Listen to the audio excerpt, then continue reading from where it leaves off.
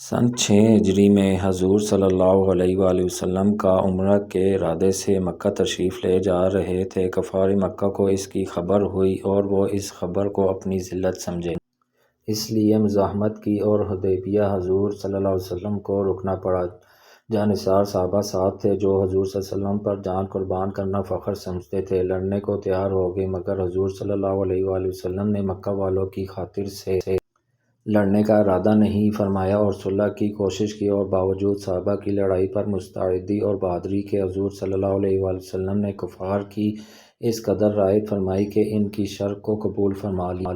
صحابہ کو اس طرح دب کر صلح کرنا بہت ہی ناگوار تھا، مگر حضور صلی اللہ علیہ وآلہ وسلم کے ارشاد کے سامنے کیا ہو سکتا تھا کہ جانثار تھے اور فرما بردار، اس لیے حضرت عمر جیسے بہادروں کو بھی دبنا پڑا۔ صلح میں جو شرطیں طے ہوئیں ان شرطوں میں ایک شرط یہ بھی تھی کہ کافروں میں سے جو شخص اسلام لائے اور ہجرت کرے مسلمان اس کو واپس کر دیں، اور مسلمانوں سے خدا نخواستہ اگر کوئی مرتد ہو کر چلا آئے تو وہ واپس نہ کیا جائے۔ یہ صلح نامہ ابھی تک پورا لکھا بھی نہیں گیا تھا کہ حضرت ابو جندل رضی اللہ تعالیٰ عنہ ایک صحابی تھے جو اسلام لانے کی وجہ سے طرح طرح کی تکلیفیں برداشت کر رہے تھے اور زنجیروں میں بندھے ہوئے تھے۔ اسی حالت میں گرتے پڑتے مسلمانوں کے لشکر میں اس امید پر پہنچے کہ ان لوگوں کی حمایت میں جا کر اس مصیبت سے چھٹکارا پاؤں گا۔ ان کے باپ سہیل نے، جو صلح نامہ میں کفار کی طرف سے وکیل تھے اور اس وقت تک مسلمان نہیں ہوئے تھے، فتح مکہ میں مسلمان ہوئے۔ انہوں نے صاحبزادے کو تمانچے مارے اور واپس لے جانے پر اصرار کیا۔ حضور صلی اللہ علیہ وآلہ وسلم نے ارشاد فرمایا کہ ابھی صلح نامہ مرتب بھی نہیں ہوا، اس لیے ابھی پابندی کے ساتھ بات کی، مگر انہوں نے اس بات پر اصرار کیا۔ پھر حضور صلی اللہ علیہ وسلم نے ارشاد فرمایا کہ ایک آدمی مجھے منگا ہی دو، مگر وہ لوگ ضد پر تھے، نہ مانا۔ ابو جندل رضی اللہ عنہ نے مسلمانوں کو پکار کر فریاد بھی کی کہ میں مسلمان ہو کر آیا اور کتنی مصیبتیں اٹھا چکا، اب واپس کیا جا رہا ہوں۔ اس وقت مسلمانوں کے دل پر جو گزر رہی تھی اللہ ہی کو معلوم ہے، مگر حضور صلی اللہ علیہ وسلم کے ارشاد پر واپس ہوئے۔ حضور صلی اللہ علیہ وسلم نے تسلی فرمائی اور صبر کرنے کا حکم دیا اور فرمایا کہ عن قریب حق تعالیٰ شانہ تمہارے لیے کوئی راستہ نکالیں گے۔ صلح نامہ مکمل ہو جانے کے بعد ایک دوسرے صحابی ابو بصیر رضی اللہ تعالیٰ عنہ بھی مسلمان ہو کر مدینہ منورہ پہنچے۔ کفار نے ان کو واپس بلانے کے لیے 2 آدمی بھیجے، حضور صلی اللہ علیہ وسلم نے حسب وعدہ واپس فرما دیا۔ ابو بصیر رضی اللہ عنہ نے عرض بھی کیا، یا رسول اللہ میں مسلمان ہو کر آیا، آپ پھر مجھے کفار کے پنجہ میں بھیجتے ہیں۔ آپ صلی اللہ علیہ وسلم نے ان سے بھی صبر کرنے کو ارشاد فرمایا کہ انشاءاللہ عن قریب تمہارے واسطے راستہ کھلے گا۔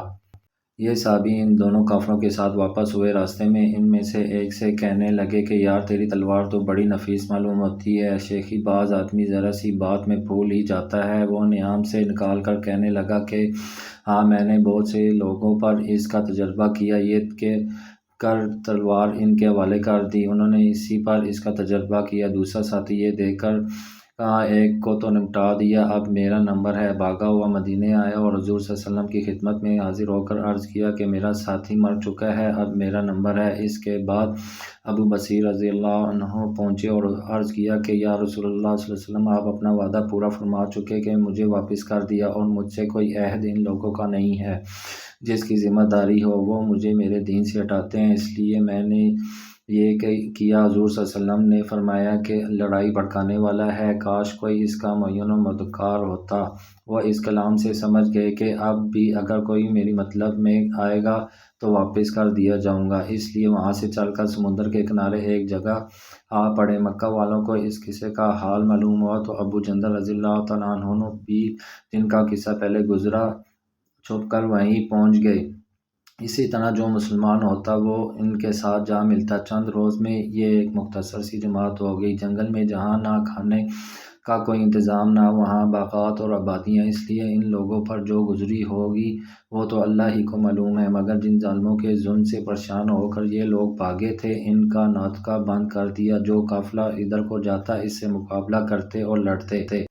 حتیٰ کہ کفار مکہ نے پریشان ہو کر حضور صلی اللہ علیہ وآلہ وسلم کی خدمت میں عاجزی اور منت کر کے اللہ کا اور رشتہ داری کا واسطہ دے کر آدمی بھیجا کہ اس بے سری جماعت کو آپ اپنے پاس بلا لیں کہ یہ معاہدے میں تو داخل ہو جائیں اور ہمارے لیے آنے جانے کا راستہ کھلے۔ لکھا ہے کہ حضور صلی اللہ علیہ وسلم کا اجازت نامہ جب ان حضرات کے پاس پہنچا ہے تو ابو بصیر رضی اللہ تعالیٰ عنہ مرض الموت میں گرفتار تھے۔ حضور صلی اللہ علیہ وسلم کا نامہ ہاتھ میں تھا کہ اسی حالت میں انتقال فرمایا۔